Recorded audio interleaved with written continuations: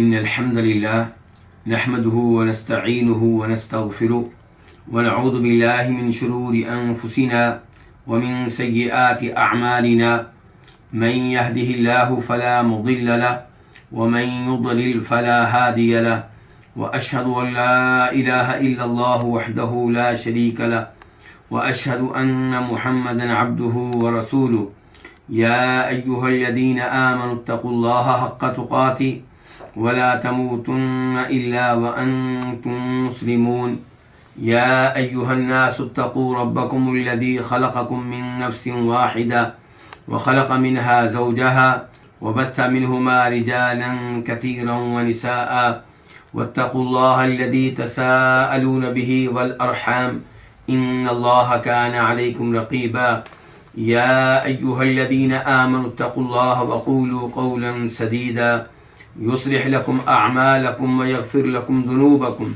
ومن يطع الله ورسوله فقد فاز فوزا عظيما أما بعد فإن خير الحديث كتاب الله وخير الهدي هدي محمد صلى الله عليه وسلم وشر الأمور محدثاتها وكل محدثة بدعة وكل بدعة ضلالة وكل ضلالة في النار.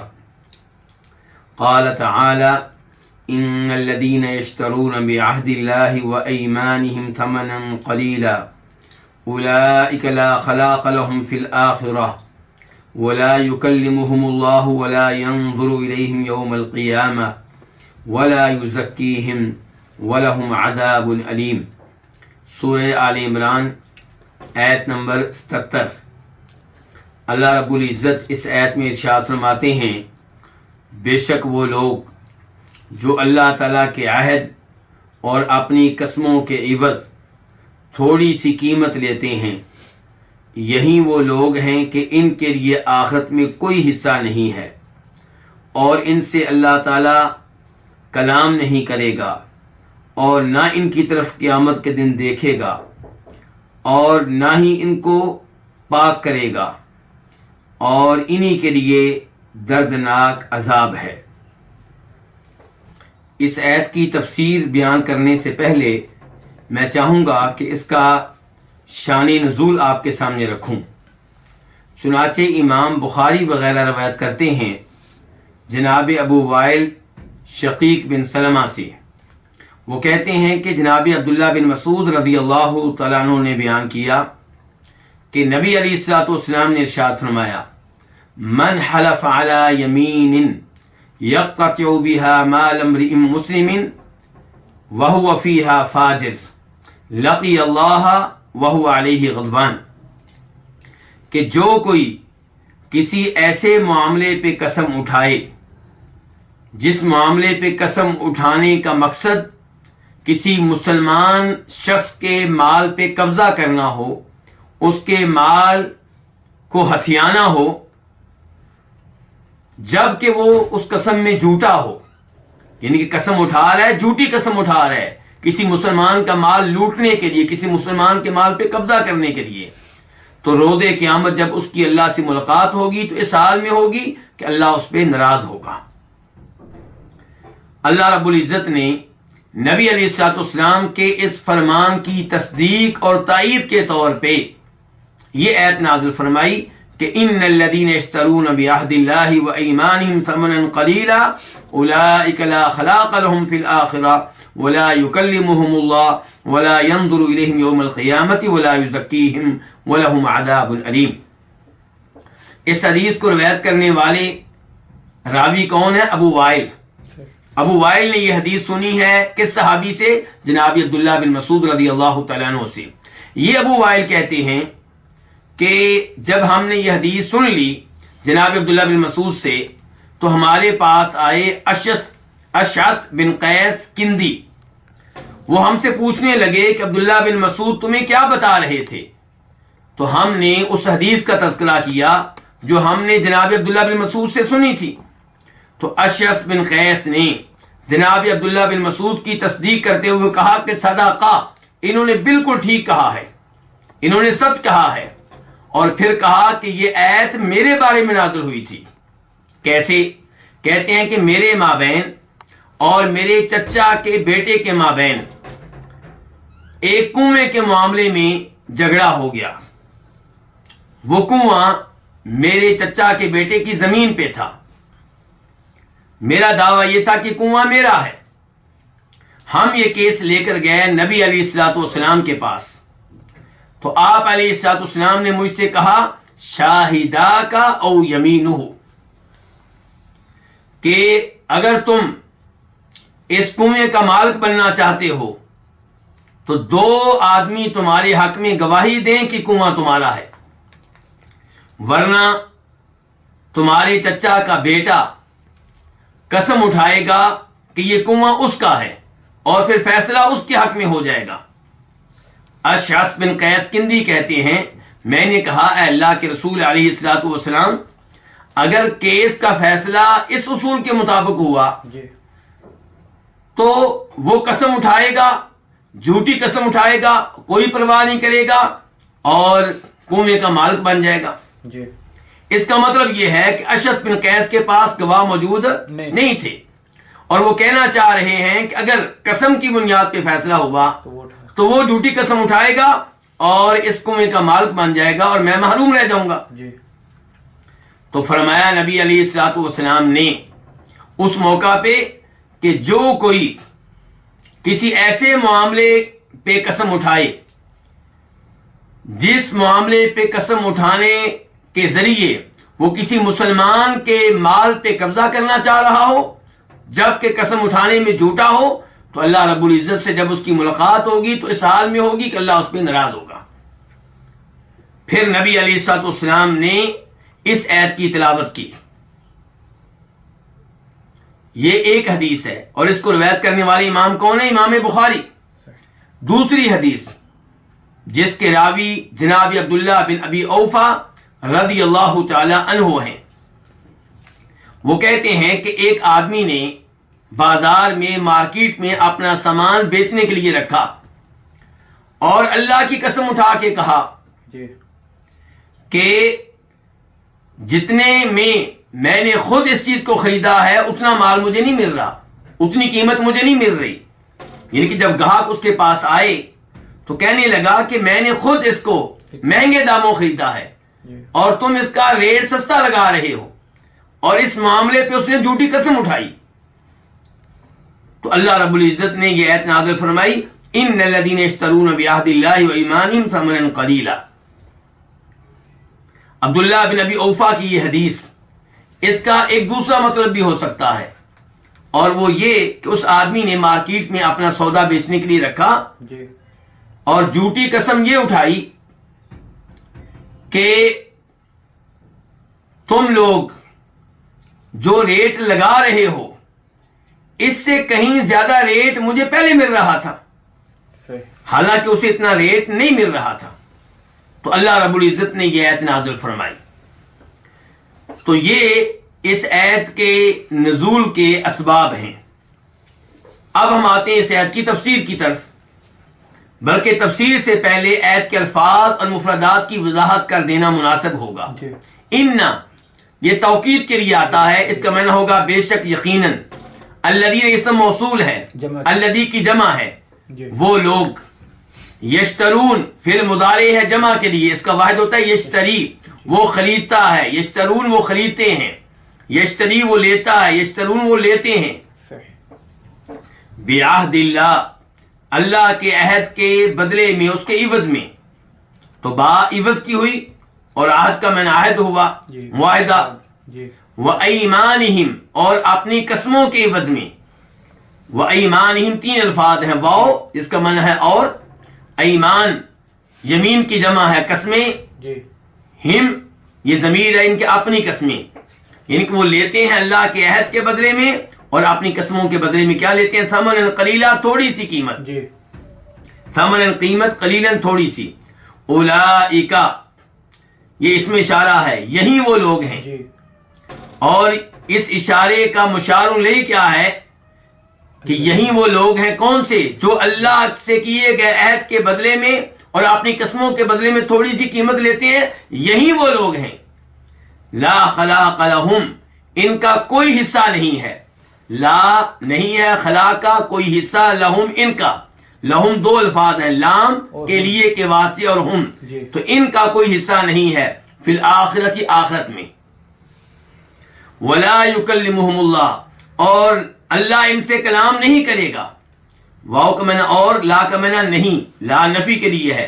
یکلم فعل مضارع ہے واحد کے لیے، یکلم وہ کلام کرتا ہے، لا یکلم کلام نہیں کرے گا ہم ان سے. کون؟ اللہ تعالی. ولا اور نہ ہی ینظر دیکھے گا. تو یکلم فعل مضارع تھا، اس کے اوپر لا نفی کا داخل ہو گیا، اور یہاں پہ ینظر فعل مضارع ہے، ینظر وہ دیکھتا ہے، اور اس سے پہلے بھی لا نفی کا آ گیا. اب کیا معنی ہو گیا؟ نہیں دیکھتا، نہیں دیکھے گا. الیہم ان کی طرف، الا اور ہم دو الفاظ ہیں، ملا کر پڑھتے ہیں الیہم. تو الا کا معنی کیا؟ طرف، ہم ان کی طرف. ینظر جو ہے، ینظر کا معنی ہوتا ہے وہ انتظار کرتا ہے، لیکن جب ینظر کے بعد الا آ جائے تو پھر معنی ہوتا ہے وہ دیکھتا ہے. صحیح. اور اگر ینظر کے بعد فی آ جائے تو معنی ہوتا ہے وہ غور و فکر کرتا ہے. تو یہاں پہ معنی پھر کیا ہوگا؟ دیکھنے کا، کیونکہ ینظر کے بعد کیا آ گیا؟ الا. تو ولا ینظر الیہم اور نہ ان کی طرف دیکھے گا. کون؟ اللہ تعالی. یوم القیامہ قیامت کے دن. قیامت کے دن کو قیامت کا دن کیوں کہتے ہیں؟ قیامت قیام سے ہے، کھڑے ہونے سے، قائم ہونے سے. تو قیامت کو قیامت کا دن اس لیے کہتے ہیں کہ اس دن لوگ اپنی قبروں سے اٹھائے جائیں گے. تو وہ دن لوگوں کے قبروں سے کھڑے ہونے کا دن ہے. اور یہ بھی کہا گیا کہ قیامت کو قیامت اس لیے کہتے ہیں کہ وَيَوْمَ يَقُومُ الْأَشْهَادُ، اس دن گواہی دینے والے گواہی کے لیے کھڑے ہوں گے. اور تیسرے نمبر پہ کہا گیا ہے قیامت کو قیامت اس لیے کہتے ہیں کہ اس دن اللہ رب العزت عدل و انصاف قائم فرمائیں گے. وَلَا يُزَكِّيهِمْ اور نہ ہی ان کو پاک کرے گا. واو کا معنی اور، لا کا معنی نہیں، یہ نفی کے لیے ہے. یزکی فعل مضارع ہے واحد کے لیے، وہ پاک کرتا ہے، وہ پاک کرے گا. ہم ان کو، کن کو؟ جنہوں نے اللہ کے عہد کے عوض اور اپنی قسموں کے عوض تھوڑی سی قیمت لی. وَلَهُمْ اور ان کے لیے بھی تین الفاظ ہیں، واو کا معنی اور، لام کے لیے کے واسطے کے معنی میں آتا ہے، اور ہم وہ، اور انہی کے لیے ہوگا کیا؟ عذاب، عذاب، علیم تکلیف دینے والا، دردناک. علیم مؤلم کے معنی میں ہے، تکلیف دینے والا. اللہ رب العزت اس آیت میں وعدے کر رہے ہیں کہ بے شک وہ لوگ جو اللہ کے عہد کے بدلے میں تھوڑی سی قیمت لیتے ہیں انہیں آخرت میں کچھ ملنے والا نہیں ہے. اللہ کے عہد سے کیا مراد ہے؟ جو بھی لوگوں نے اللہ سے معاہدہ کیا، عہد کیا، مثال کے طور پہ منت ماننا، یہ اللہ سے کیا گیا عہد ہے. بالکل. آپ اللہ سے وعدہ کرتے ہیں کہ اگر اللہ نے مجھے بیٹا دیا میں اسے قرآن کا حافظ بناؤں گا، میں اسے دین کا عالم بناؤں گا. پھر آپ دنیاوی مفادات کی خاطر اس کو حافظ قرآن نہیں بناتے، مفسر قرآن نہیں بناتے، تو آپ نے اللہ سے کیے گئے معاہدے کو توڑا ہے. ایسے ہی اللہ رب العزت نے ایک معاہدے کا تذکرہ قرآن میں کیا ہے. سورہ آل عمران میں اللہ تعالیٰ فرماتے ہیں آیت نمبر 187 میں کہ وَإِذْ أَخَذَ اللَّهُ مِيثَاقَ الَّذِينَ أُوتُوا الْكِتَابَ لَتُبَيِّنُنَّهُ لِلنَّاسِ وَلَا تَكْتُمُونَهُ فَنَبَذُوهُ وَرَاءَ ظُهُورِهِمْ وَاشْتَرَوْا بِهِ ثَمَنًا قَلِيلًا فَبِئْسَ مَا يَشْتَرُونَ. کہ جب اللہ رب العزت نے ان لوگوں سے عہد لیا جنہیں کتاب دی گئی ہے، کیا عہد لیا؟ کہ تم اس کتاب کو بیان کرو گے، چھپاؤ گے نہیں، اس کے احکام، اس کے عقائد، اس کے مسائل لوگوں کے سامنے رکھو گے، کوئی بھی چیز چھپانے کی اجازت نہیں ہوگی. یہ اللہ نے عہد لیا تھا. فَنَبَذُوهُ وَرَاءَ ظُهُورِهِمْ اللہ تعالیٰ کہتے ہیں ان لوگوں نے اللہ سے کیے گئے اس عہد کو نظر انداز کر دیا، پس پشت ڈال دیا. فَبِئْسَ مَا يَشْتَرُونَ اللہ تعالیٰ فرماتے ہیں کہ برا ہے وہ مال جو وہ لے رہے ہیں اللہ تعالیٰ کے عہد کو نظر انداز کرنے کے بدلے میں.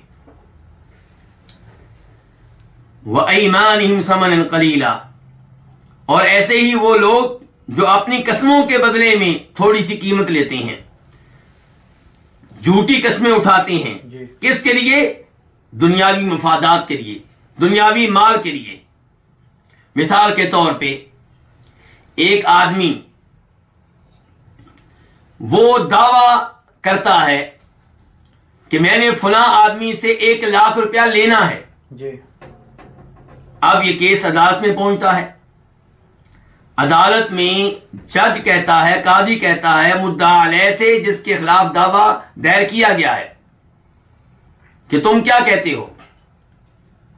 تو وہ کہتا ہے کہ یہ گواہ لے کر آئے تو میں اس کو پیسے دے دوں گا، اور اگر یہ گواہ لے کر نہیں آتا تو پھر میں قسم اٹھاؤں گا۔ کیا قسم اٹھاؤں گا؟ کہ میں نے اس کے پیسے نہیں دینے، حالانکہ اس نے پیسے دینے ہیں۔ تو یہاں پہ مدعا علیہ جھوٹی قسم اٹھا رہا ہے اور کہہ رہا ہے کہ میں نے پیسے نہیں دینے، تو اس نے 1,00,000 روپیہ بچانے کی خاطر کیا کیا ہے؟ اپنی قسم جو ہے جھوٹی قسم اٹھائی ہے، اور اس کو کہتے ہیں یمین غموس۔ ماضی کے معاملات کے بارے میں جھوٹی خبر دینا، جان بوجھ کر جھوٹ بولنا، اسے یمین غموس کہتے ہیں۔ یہ وہ قسم ہے، یہ وہ جھوٹی قسم ہے جو انسان کو جہنم کی آگ میں لے جانے والی ہے۔ تو اللہ تعالیٰ کہتے ہیں بے شک وہ لوگ جو اللہ تعالیٰ سے کیے گئے عہد کے بدلے میں اور اپنی قسموں کے بدلے میں کیا لیتے ہیں؟ تھوڑی سی قیمت لیتے ہیں، یعنی کہ اللہ سے کیے گئے عہد کے بدلے میں آپ جتنا بھی مال لے لیں وہ تھوڑا ہے، آپ جھوٹی قسم اٹھائیں اور اس کے بدلے میں آپ کے سامنے جو بھی مفادات ہوں یہ تھوڑی سی قیمت ہے۔ آپ نے اپنی آخرت تباہ و برباد کر دی ہے چند سکوں کی خاطر، چند ڈالر کی خاطر، چند روپے کی خاطر۔ تو اللہ تعالیٰ کہتے ہیں اولئک لا خلاق لهم فی الآخرہ، یہی وہ لوگ ہیں جن کا کوئی نہیں حصہ ہوگا آخرت میں، یعنی کہ آخرت میں ان کو کچھ بھی ملنے والا نہیں ہے۔ اس سے پتا چلا کہ انسان کی توجہ کس پہ ہونی چاہیے؟ آخرت پہ ہونی چاہیے، دنیاوی مفادات کی طرف نہیں دیکھنا چاہیے۔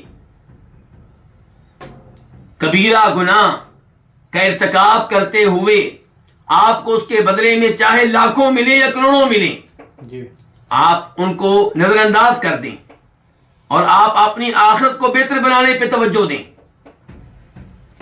اس ایسے بھی پتا چل رہا ہے کہ ماضی کے بارے میں جھوٹی قسم اٹھانا حرام ہے، کیونکہ اللہ تعالیٰ کہہ رہے ہیں کہ جو ایسا کرتے ہیں انہیں آخرت میں کچھ ملنے والا نہیں ہے۔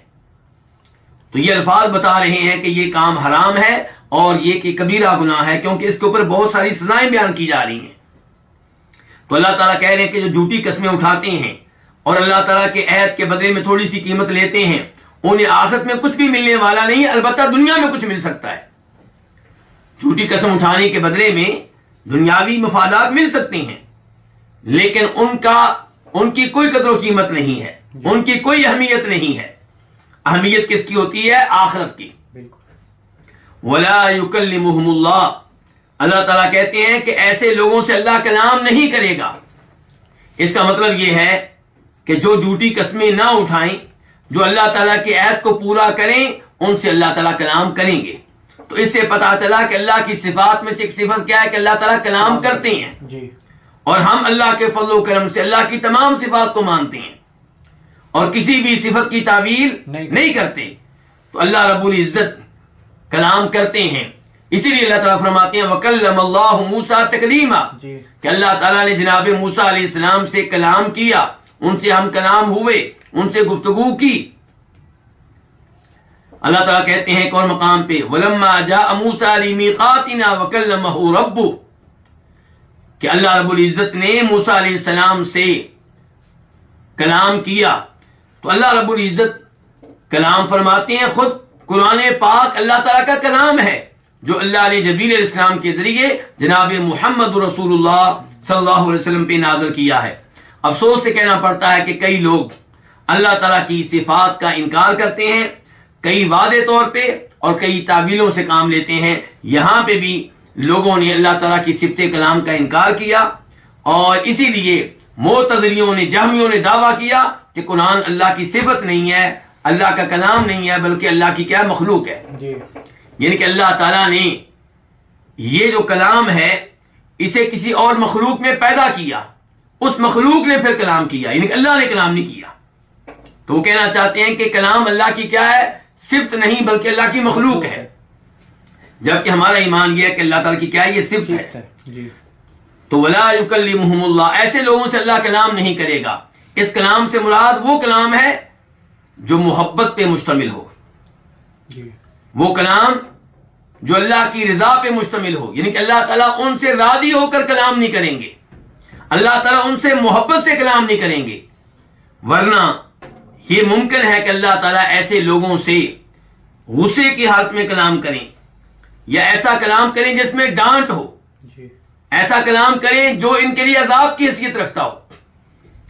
اللہ تعالیٰ فرماتے ہیں سورہ مؤمنون میں کہ ربنا اخرجنا منہا فإن عدنا فإنا ظالمون قال اخسؤوا فيها ولا تكلمون، کہ جہنمی لوگ کہیں گے کہ یا اللہ ہمیں جہنم سے نکال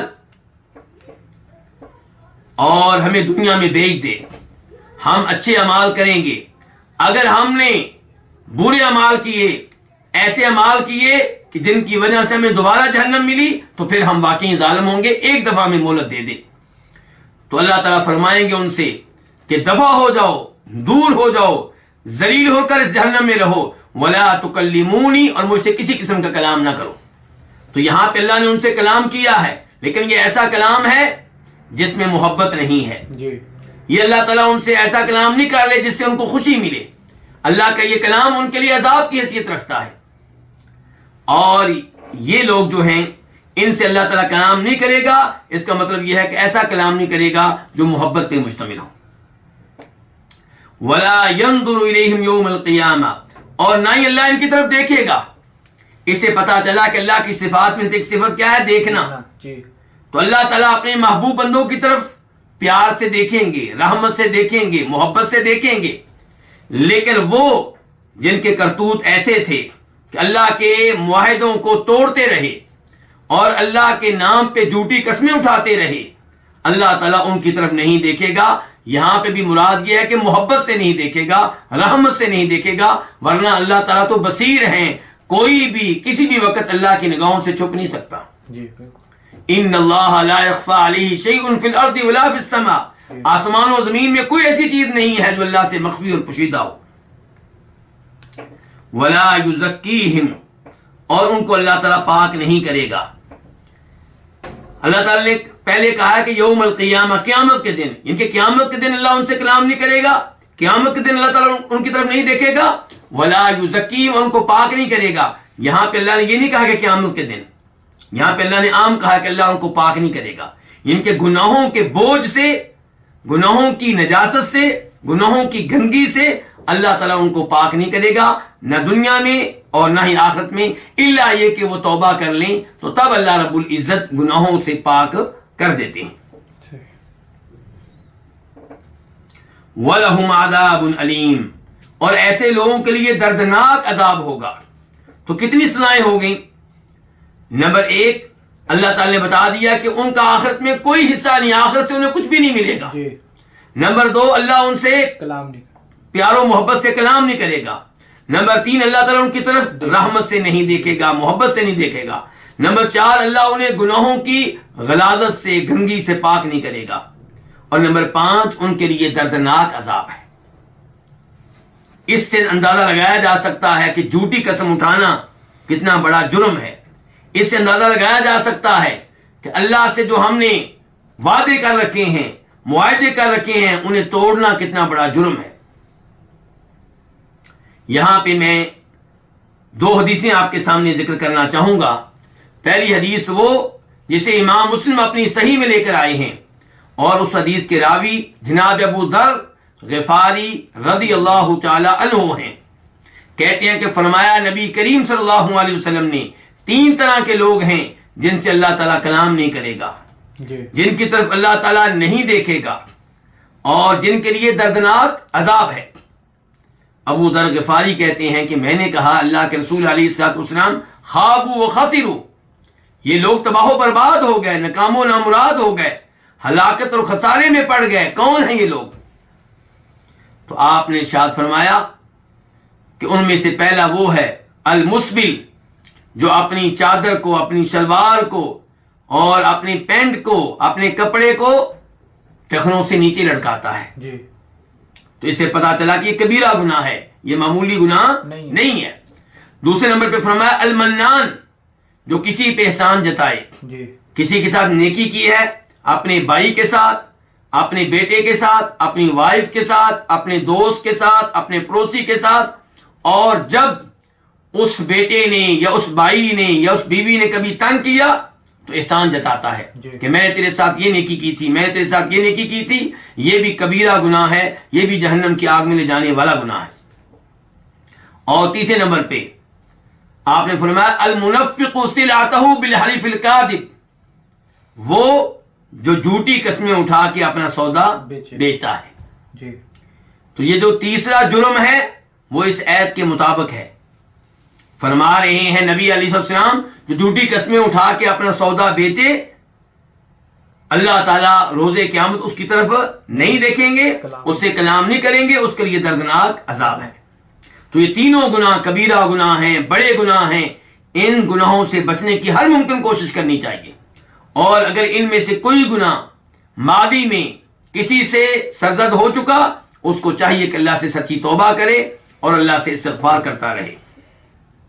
دوسری حدیث وہ ہے جسے امام مسلم رحمہ اللہ روایت کرتے ہیں جناب ابو ہریرہ رضی اللہ تعالیٰ عنہ سے کہ فرمایا نبی علیہ الصلوۃ والسلام نے 3 طرح کے لوگ ہیں جن سے اللہ کلام نہیں کرے گا، جن کی طرف اللہ نہیں دیکھے گا، جن کے لیے دردناک عذاب ہے۔ کون؟ آپ نے فرمایا نمبر 1 وہ جو بادشاہ ہونے کے باوجود جھوٹ بولتا ہے، جھوٹ کہتا ہے۔ دوسرے نمبر پہ وہ جو غریب ہے لیکن پھر بھی تکبر سے کام لیتا ہے۔ تیسرے نمبر پہ وہ جو بوڑھا ہے، بڑھاپے کی حالت میں پھر بھی بدکاری کرتا ہے، زنا کرتا ہے۔ جی،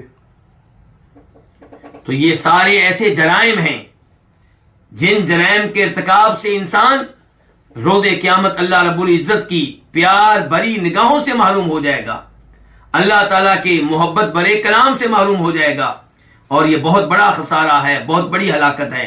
اس لیے ایسے گناہوں سے ہمیشہ محفوظ رہنا چاہیے۔ اس کے بعد آیت نمبر 78 اللہ تعالیٰ فرماتے ہیں وَإِنَّ مِنْهُمْ لَفَرِيقًا يَلْوُونَ أَلْسِنَتَهُمْ بِالْكِتَابِ لِتَحْسَبُوهُ مِنَ الْكِتَابِ وَمَا هُوَ مِنَ الْكِتَابِ وَيَقُولُونَ هُوَ مِنْ عِنْدِ اللَّهِ وَمَا هُوَ مِنْ عِنْدِ اللَّهِ وَيَقُولُونَ عَلَى اللَّهِ الْكَذِبَ وَهُمْ يَعْلَمُونَ، اور بے شک ان میں سے یقیناً ایک گروہ ایسا ہے جو کتاب پڑھتے وقت اپنی زبانوں کو مروڑتے ہیں تاکہ تم لوگ اسے کتاب میں سے سمجھو، حالانکہ وہ کتاب میں سے نہیں ہے، اور وہ کہتے ہیں کہ یہ اللہ کی طرف سے ہے جبکہ وہ اللہ کی طرف سے نہیں ہے، اور وہ اللہ پہ جھوٹ کہتے ہیں جبکہ وہ جانتے ہیں، جبکہ وہ علم رکھتے ہیں۔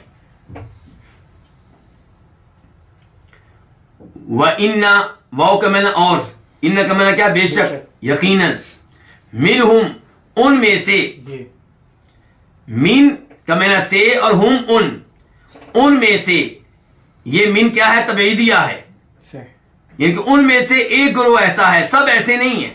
بات کا تو یہ بات کن کی ہو رہی ہے؟ اہل کتاب کی، یہودیوں اور عیسائیوں کی، کہ بے شک ان میں سے یقیناً ایک گروہ ایسا ہے، لام کا معنی کیا ہے؟ یقیناً، لام تاکید کے لیے ہے، فریقاً گروہ، کچھ لوگ، ان میں سے ایک گروہ ایسا ہے، ان میں سے کچھ لوگ ایسے ہیں، یلوونا جو مروڑتے ہیں، جی، یلوونا فعل مضارع ہے، جمع کے لیے اس کا واحد کیا ہوتا ہے؟ یلوی، کہ وہ مروڑتا ہے، یلوونا وہ مروڑتے ہیں، السنتہم اپنی زبانیں، جی، السنہ یہ جمع ہے لسان کی، لسان کس کو کہتے ہیں؟ زبان کو، جی، تو اپنی زبانیں مروڑتے ہیں، بالکتاب کتاب کے ساتھ، جن کی کتاب پڑھتے ہوئے، لِتَحْسَبُوهُ لام کا معنی کیا ہے؟ تاکہ، تحسبو اصل میں کیا تھا؟ تحسبون، جی تم گمان کرتے ہو، لیکن لام کے آنے سے جی نون گر گیا، کیونکہ اس لام کے بعد ان ہوا کرتا ہے.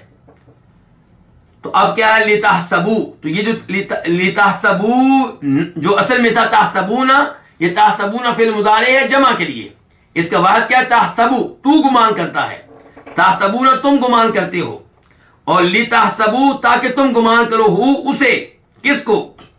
جو وہ زبان مروڑتے ہوئے پڑھتے ہیں، تاکہ تم اسے گمان کرو من الکتابی، کتاب میں سے، ان کے اس کتاب میں سے جو اللہ نے نازل کی ہے، اللہ کی نازل کردہ کتاب میں سے اسے گمان کرو.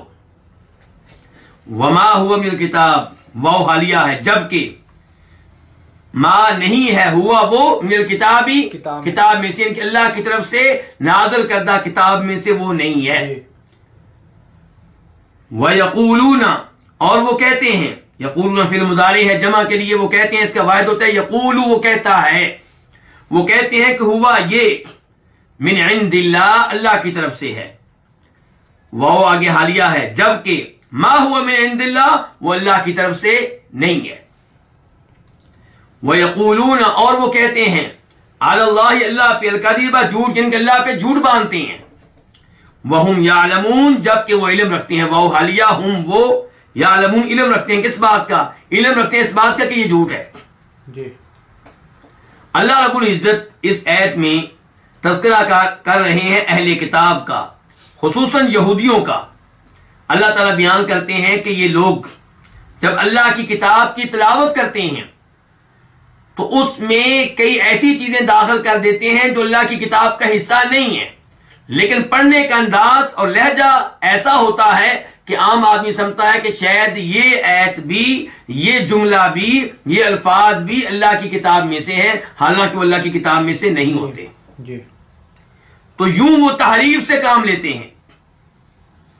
تو یہ ان کا ایک طریقہ تحریف ہے کہ قرآن اپنی کتاب تورات کی مثال کے طور پہ ایک آیت پڑھیں گے، 2 آیتیں پڑھیں گے جو واقعی اللہ کے کلام پہ مشتمل ہوں گی، لیکن اس کے بعد ایک جملہ یا کچھ کلام ایسا پڑھ دیں گے جو اللہ کی طرف سے نہیں ہوگا، لیکن پڑھنے کا انداز ایسا ہوگا کہ لوگوں کو لگے کہ جیسے یہ بھی تورات کا حصہ ہے. اللہ تعالیٰ فرماتے ہیں وَيَقُولُونَ هُوَ مِنْ عِنْدِ اللَّهِ وَمَا هُوَ مِنْ عِنْدِ اللَّهِ، اور پھر وہ اسی پہ اکتفا نہیں کرتے کہ انداز اور لہجہ اختیار کر لیا اس قسم کا کہ گویا کہ وہ اللہ کی کتاب میں سے ہو، بلکہ کھل کر کہتے ہیں کہ یہ بھی اللہ کی طرف سے نازل کردہ ہے، یہ بھی اللہ کا کلام ہے، جبکہ وہ اللہ کا کلام نہیں ہوتا.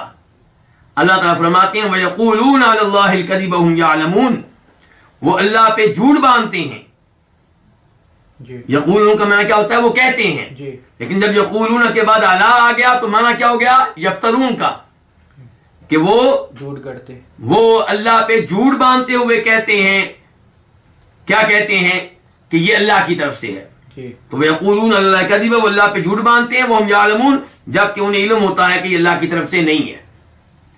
مثال کے طور پہ ان کی تحریف کی ایک مثال، ان کی کتاب میں اللہ کی طرف سے حکم موجود تھا کہ اگر شادی شدہ آدمی بدکاری کرے تو اسے سنسار کیا جائے گا، پتھر مار مار کر ہلاک کر دیا جائے گا، ختم کر دیا جائے گا. لیکن جب ان کے بڑے لوگ اس جرم کا ارتکاب کرنے لگے تو انہوں نے تحریف سے کام لیتے ہوئے یہ سزا ایجاد کی کہ ایسے لوگوں کا چہرہ سیاہ کیا جائے اور کسی جانور پہ بٹھا کر انہیں شہر میں پھرایا جائے، بےزتی کی جائے اور اسی پہ اکتفا کیا جائے. اور یہ دعویٰ کرتے تھے کہ اللہ کا نازل کردہ حکم ہے، جبکہ اللہ کی طرف سے یہ نازل کردہ حکم نہیں تھا. تو یہودی جو ہیں ان کی تحریف کا اللہ رب العزت نے یہاں پہ بھی تذکرہ کیا ہے، اور دیگر کئی مقامات پہ بھی اللہ نے وعدے کیا ہے کہ وہ اللہ تعالیٰ کے کلام میں تحریف کرنے والے ہیں اور اللہ کی طرف ایسی چیزوں کی نسبت کرنے والے ہیں جو اللہ نے بیان نہیں کی. اس کے بعد آیت نمبر 79 اللہ تعالیٰ فرماتے ہیں ما كان لبشر ان يؤتيه الله الكتاب والحكم والنبوة ثم يقول للناس كونوا عبادا لي من دون الله وَلَٰكِن كُونُوا رَبَّانِيِّينَ بِمَا كُنتُمْ تُعَلِّمُونَ الْكِتَابَ وَبِمَا كُنتُمْ تَدْرُسُونَ. کسی بشر کے لیے جائز نہیں ہے، کسی بشر کا یہ حق نہیں ہے کہ اللہ تعالیٰ اس کو کتاب دیں اور حکم دیں اور نبوت دیں، پھر وہ لوگوں سے کہے کہ تم اللہ کو چھوڑ کر میرے بندے بن جاؤ، لیکن وہ یہ کہے گا کہ تم رب والے بن جاؤ، اللہ والے بن جاؤ، اس وجہ سے کہ تم کتاب کی تعلیم دیتے ہو، کتاب سکھاتے ہو، اور اس وجہ سے کہ تم پڑھتے ہو. ما کان لبشر، ما کان کا معنی ہوتا ہے کہ یہ کام ممکن نہیں ہے، یہ ممنوع ہے، یہ جائز نہیں ہے، یہ حرام ہے. یہ معنی ہوتا ہے کہ اس کا ما کان لبشر یؤتیہ اللہ الکتاب، اس قسم کے اسلوب اور انداز میں جب ما کان آئے تو ما کان لبشر، ما نہیں کانا ہے لبشر کسی بشر کے لیے. کیا نہیں ہے؟ یہاں پہ کانا کی جو خبر ہے وہ محذوف مانی جائے گی، مقدر مانی جائے گی. مثال کے طور پہ ما کان حقا لبشر، ما کان جائزا لبشر، اور کانا کا اسم کیا ہوگا؟ ان یؤتیہ اللہ الکتاب والحکم والنبوہ. تو کسی بشر کے لیے جائز نہیں ہے، کسی بشر کے لیے کا یہ حق نہیں بنتا. کیا حق نہیں بنتا؟ کہ اللہ اس کو کتاب دیں.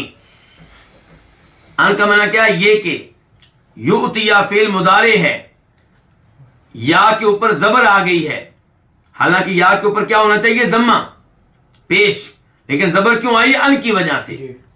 اور ان اپنے بعد میں آنے والے فعل کو مصدر کے معنی میں کر دیتا ہے. تو کسی بشر کے لیے، کسی بشر کا یہ حق نہیں ہے کہ اللہ تعالیٰ اس کو کتاب دیں. ان یؤتیہ، اس کو، کس کو؟ اس بشر کو. اللہ تعالیٰ کیا دیں؟ الکتابہ، کتاب، والحکمہ، اور حکومت یا حکمت، دونوں معنی ہو سکتی ہیں، والنبوت، اور نبوت. ثم یقولا، پھر یقولا وہ کہے. یقولا یہ لام کے آخر میں زبر آئی ہے، حالانکہ یقول ہوتا ہے فعل مضارع واحد کے لیے. تو زبر کیوں آئی ہے؟ اس لیے کہ ثم کے ذریعے یقولا کا عطف ہے یؤتیہ کے اوپر. کسی بشر کے لیے، کسی بشر کا یہ حق نہیں ہے، کسی بشر کے لیے جائز نہیں ہے کہ اللہ اس کو کتاب دیں، حکومت دیں، حکمت دیں، نبوت دیں، پھر وہ لوگوں سے کہے. للناس، لوگوں کے لیے، لوگوں سے، اصل میں کیا تھا؟ لام اور الناس. پھر وہ بشر جو ہے لوگوں سے کہے، کیا کہے؟ کونو، تم ہو جاؤ. کونو فعل امر ہے جمع کے لیے. اس کا بعد کیا ہوتا ہے؟ کن، تو ہو جا. کونو تم ہو جاؤ، تم ہو جاؤ، تم بن جاؤ. عبادن بندے، عباد جمع ہے کس کی؟ عبدن کی. عبدن ایک بندہ، عبادن کئی بندے. تم بندے بن جاؤ، لی میرے لیے، میرے. لی دو الفاظ ہیں، لام اور یا. لام کا معنی کیا ہوتا ہے؟ کے لیے، کے واسطے، یا میرے، مجھ کو. یہ کہ تم بن جاؤ میرے بندے، من دون اللہ، اللہ کے علاوہ، اللہ کو چھوڑ کر. ولیکن، اور لیکن، کونو تم ہو جاؤ. یہاں پہ لیکن اور کونو کے مابین ایک فعل کو مقدر مانا جائے گا کہ یقول، لیکن وہ کہے گا. کون؟ وہ بشر جس کو اللہ نے کتاب دی ہوگی، حکم دیا ہوگا، حکمت دی ہوگی، نبوت دی ہوگی. وہ تو کہے گا لوگوں سے، کیا کہے گا؟ کہ کونو تم ہو جاؤ. کونو کی وضاحت پہلے ہو چکی ہے. کیا ہو جاؤ؟ ربانیین، رب والے، عالم بعمل، اللہ والے. ربانیین جمع ہے کس کی؟ ربانی کی. ربانی یہ لفظ جو ہے منسوب ہے رب کی طرف، لیکن رب کی طرف نسبت ہو تو کیا ہونا چاہیے؟ ربی. تو اس میں الف نون کا اضافہ کیا گیا مبالغہ کے لیے. تو ربانی رب والا، عالم بعمل. ربانی وہ ہوتا ہے جو عالم بعمل ہو، جو اپنے علم پہ کیا کرے؟ عمل کرے. تو نبی کی دعوت تو یہ ہوگی کہ تم کیا بن جاؤ؟ اے لوگوں کیا بن جاؤ؟ ربانی بن جاؤ. علم لو اور علم پہ عمل کرنے والے بن جاؤ. بما کنتم تعلمون الکتاب، اس وجہ سے، باسببیہ ہے، اس وجہ سے کہ تم کتاب کی تعلیم دیتے ہو.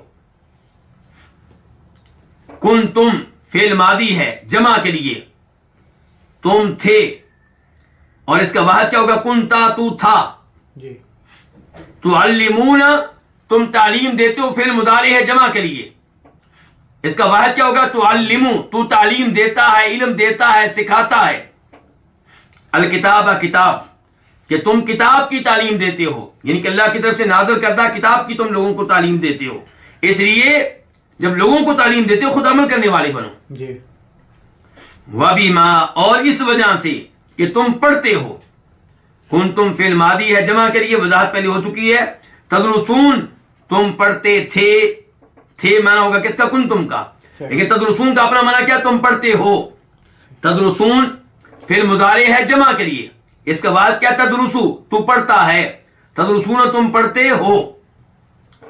اس آیت کی تفسیر کیا ہے؟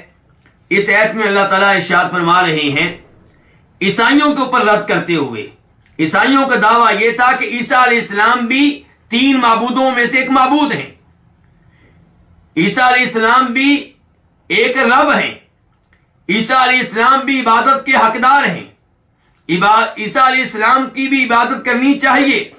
تو اللہ تعالی نے کہا کہ وہ تو بشر ہیں، جیسا کہ اللہ نے دوسرے مقام پہ ارشاد فرمایا کہ وہ اور ان کی والدہ کھانا کھایا کرتے تھے، کانا یاکلان الطعام، یعنی کہ جو کھانا کھانے کا محتاج ہو وہ پھر پیشاب پخانے کا بھی محتاج ہوتا ہے، تو وہ رب کیسے ہو سکتا ہے؟ وہ عبادت کے لائق کیسے ہو سکتا ہے؟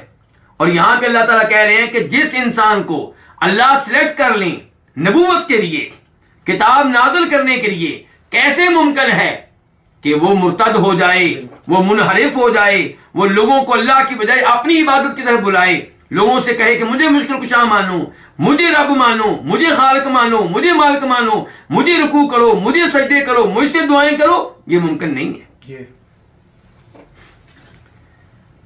تو کسی بشر کے لائق نہیں ہے، کسی انسان کا یہ حق نہیں بنتا کہ اللہ اس کو کتاب دیں اور اس کو حکمت دیں یا حکومت دیں اور نبوت دیں، پھر وہ لوگوں سے یہ کہے کہ تم میرے بندے بن جاؤ اللہ کو چھوڑ کے۔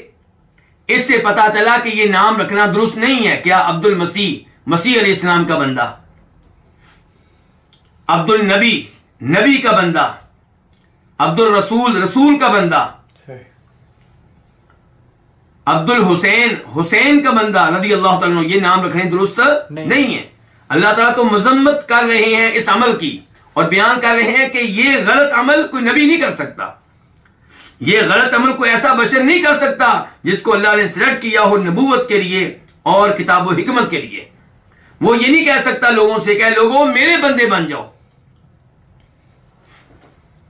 وہ کیا کہے گا؟ وہ تو یہ کہے گا کہ کونو ربانیین، رب والے بن جاؤ، رب کی عبادت کرنے والے بن جاؤ، رب نے تمہیں حکم یہ دیا ہے کہ تم میری عبادت کرو، تم نے یہ علم لے لیا، تمہیں یہ معلومات پہنچ چکی، اب تم کیا کرو؟ اس علم پہ عمل کرو، ایک اللہ کی عبادت کرو اور اللہ کے ساتھ عبادت میں کسی کو شریک نہ کرو۔ اس سے یہ بھی پتا چلا کہ علم کا تقاضا یہ ہے کہ اس پہ عمل کیا جائے، اور ربانی عالم وہ ہوتا ہے جو علم پہ عمل کرتا ہے۔ امام بخاری کہتے ہیں کہ جناب عبداللہ ابن عباس فرماتے ہیں کونو ربانیین کی تفسیر میں کہ ربانی ہو جاؤ یعنی کہ علم والے بن جاؤ، حکماء بن جاؤ، حکمت والے بن جاؤ، فقہا بن جاؤ، فقاہت والے بن جاؤ۔ عبداللہ ابن عباس ربانیین کی تفسیر کیا کر رہے ہیں؟ علماء، فقہا، حکماء، یعنی کہ نبی کا مطالبہ یہ ہوگا اپنی امت سے کہ تم لوگ علم لینے والے بنو، حکمت لینے والے بنو، اور تم فقاہت والے بنو، دین کی بصیرت لینے والے بنو۔ کس لیے؟ بما کنتم تعلمون الکتاب، اس لیے کہ تم لوگوں کو کتاب کی تعلیم دیتے ہو، انہیں کتاب کی تلاوت سکھاتے ہو، تفسیر سکھاتے ہو، تو اس کا تقاضا یہ ہے کہ تم خود اس کتاب پہ عمل کرو۔ اس سے پتا چلا علم کا تقاضا کیا ہوتا ہے کہ علم پہ کیا کیا جائے؟ عمل کیا جائے۔ وَبِمَا كُنْتُمْ تَدْرُسُونَ، اور اس وجہ سے کہ تم کتاب پڑھتے ہو، اس کی تلاوت کرتے ہو، خود پڑھتے ہو، لوگوں کو تعلیم دیتے ہو، دونوں کا تقاضا یہ ہے کہ تم ربانی بن جاؤ، اپنے علم پہ عمل کرنے والے بن جاؤ۔ نبی کی تعلیمات تو یہ ہوا کرتی ہیں۔ یہاں پہ میں ایک حدیث کا تذکرہ کرنا چاہوں گا جس کے راوی عدی بن حاتم رضی اللہ تعالی عنہ ہیں. وہ کہتے ہیں کہ جب میں نبی علیہ الصلوۃ والسلام کے پاس آیا بیعت کرنے کے لیے، مسلمان ہونے کے لیے، تو آپ نے اس موقع پہ سورہ توبہ کی آیت تلاوت کی، اتخذوا احبارهم ورهبانهم اربابا من دون اللہ والمسیح ابن مریم وما امروا الا ليعبدوا الها واحدا لا الہ الا هو.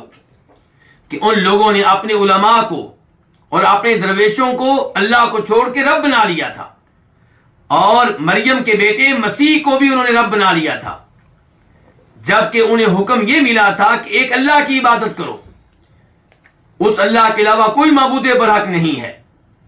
تو عدی کہتے ہیں میں نے کہا اللہ کے رسول علیہ الصلوۃ والسلام، ہم اپنے علماء کو درویشوں کو رب نہیں بناتے تھے. تو آپ علیہ الصلوۃ والسلام نے کہا کہ عدی کیا ایسا نہیں تھا کہ اللہ تعالی کی طرف سے حرام کی گئی چیز کو جب تمہارے علماء حلال قرار دیتے تو تم آنکھیں بند کر کے ان کی بات مان لیا کرتے تھے، اور جس چیز کو اللہ تعالی حلال قرار دیتے اور تمہارے علماء اسے حرام قرار دیتے تو تم آنکھیں بند کر کے ان کی بات مان لیا کرتے تھے. یہ ان کو رب بنانا ہے، یعنی کہ کون سی چیز حلال ہے کون سی چیز حرام ہے یہ اختیار کس کا؟ اللہ کا. تمہارے علماء نے اللہ کا یہ اختیار استعمال کیا اور تم نے ان کی تائید کی، تصدیق کی، اور تم نے اس طرح ان کو رب مان لیا. تو اس سے کیا پتا چلا؟ اس حدیث سے اس سے پتا چلا کہ اگر کوئی براہ راست کسی سے کہے مجھے سجدہ کرو، مجھے رکوع کرو، تو گویا کہ وہ ان سے مطالبہ کر رہا ہے کہ میرے بندے بن جاؤ. اور اگر کوئی یہ مطالبہ کرے، یہ تقاضا کرے کہ میں جو بھی بات بیان کروں آنکھیں بند کر کے مان لو، جس چیز کو میں حرام قرار دوں وہ حرام ہے چاہے اللہ نے اسے حلال قرار دیا ہو، جس چیز کو میں حلال قرار دوں وہ حلال ہے چاہے اللہ نے حرام قرار دیا ہو، تو یہ کیا ہے؟ یہ اپنے آپ کو رب بنانا ہے اور ان سے تقاضا کرنا ہے کہ مجھے رب مان لو، مجھے معبود مان لو. تو اللہ کے علاوہ کسی اور کو معبود بنا لینا، رب بنا لینا کسی بھی انداز اور اسلوب میں جائز نہیں ہے. اس کے بعد اللہ تعالیٰ فرماتے ہیں آیت نمبر 80 میں، وَلَا يَأْمُرَكُمْ أَن تَتَّخِذُوا الْمَلَائِكَةَ وَالنَّبِيِّينَ أَرْبَابًا أَيَأْمُرُكُمْ بِالْكُفْرِ بَعْدَ إِذْ أَنْتُمْ مُسْلِمُونَ. اور نہ ہی وہ تمہیں حکم دے گا کہ تم فرشتوں کو اور نبیوں کو رب بناؤ، کیا وہ تمہیں کفر کا حکم دے گا بعد اس کے کہ تم مسلمان ہو چکے ہو. وَلَا يَأْمُرَكُمْ اس کا عطف ہے ثم يقول للناس کے اوپر، کہ کسی بشر کا یہ حق نہیں بنتا کہ جب اللہ اس کو کتاب دے دیں، حکمت دے دیں، نبوت دے دیں، پھر وہ لوگوں سے کہے کہ تم اللہ کو چھوڑ کے میرے بندے بن جاؤ. اور نہ ہی اس کا یہ حق بنتا ہے کہ وہ تمہیں حکم دے کہ تم نبیوں اور فرشتوں کو رب بنا لو. وَلَا يَأْمُرَكُمْ اور نہ ہی وہ تمہیں حکم دے گا کہ تم بناؤ فرشتوں کو نبیوں کو کیا؟ رب. تو وَلَا يَأْمُرَكُمْ واو کا معنی اور، لا کا معنی کیا؟ نہیں، یہ نفی کے لیے ہے، اور یأمر یہ فعل مضارع ہے واحد کے لیے، اصل میں تھا یأمرو، وہ حکم دیتا ہے، وہ حکم دے گا. لیکن چونکہ لا یأمرکم کا تعلق ثم یقول سے ہے، اس لیے جیسے وہاں پہ لام کے اوپر زبر ہے فتح ہے، ایسے یہاں پہ را کے اوپر فتح ہے اور زبر ہے. تو ولا یأمرکم اور نہ ہی ایسا بشر جس کو اللہ نے نبوت دے دی ہو، کتاب دے دی ہو، وہ تمہیں حکم دے گا. کم تمہیں کس چیز کا حکم نہیں دے گا؟ کہ تم نبیوں اور فرشتوں کو رب بناؤ. ان کا معنی کیا ہے؟ یہ کہ تتخذو فعل مضارع ہے جمع کے لیے، اصل میں تھا تتخذون، واحد اس کا کیا؟ تتخذو تو بناتا ہے، تتخذون تم بناتے ہو، لیکن نون یہاں سے گرا دیا گیا ان کی وجہ سے. نہ ہی وہ تمہیں حکم دے گا کہ تم بناؤ الملائکہ فرشتوں کو. الملائکہ جمع ہے کس کی؟ ملک ان کی. والنبیین اور نبیوں کو، نبیین جمع ہے کس کی؟ نبی ان کی. اربابن جمع ہے رب کی، کہ وہ انسان جس کو اللہ نے نبوت دے دی ہو، جس پہ اللہ نے کتاب نازل کر دی ہو، جس کو اللہ نے حکمت سے نواز دیا ہو، نہ لوگوں سے یہ مطالبہ کر سکتا ہے کہ میری عبادت کرو، اللہ کو چھوڑ کے میرے بندے بن جاؤ، اور نہ ہی لوگوں سے یہ مطالبہ کر سکتا ہے کہ تم نبیوں کو یا فرشتوں کو رب بنا لو، جی، یعنی کہ کسی بھی فرشتے کو یا کسی بھی نبی کو رب بنا لو. نبی ایسی تعلیمات نہیں دے سکتا. تو تمہارا یہ دعویٰ کرنا کہ عیسیٰ علیہ الصلوۃ والسلام کی تعلیمات کے نتیجے میں ہم ان کی عبادت کرتے ہیں، ہم انہیں سجدہ کرتے ہیں، ہم ان سے رکوع کرتے ہیں، ہم ان سے دعائیں کرتے ہیں، ہم انہیں رب مانتے ہیں، مشکل کشا مانتے ہیں، یہ تمہارا دعویٰ بالکل غلط ہے.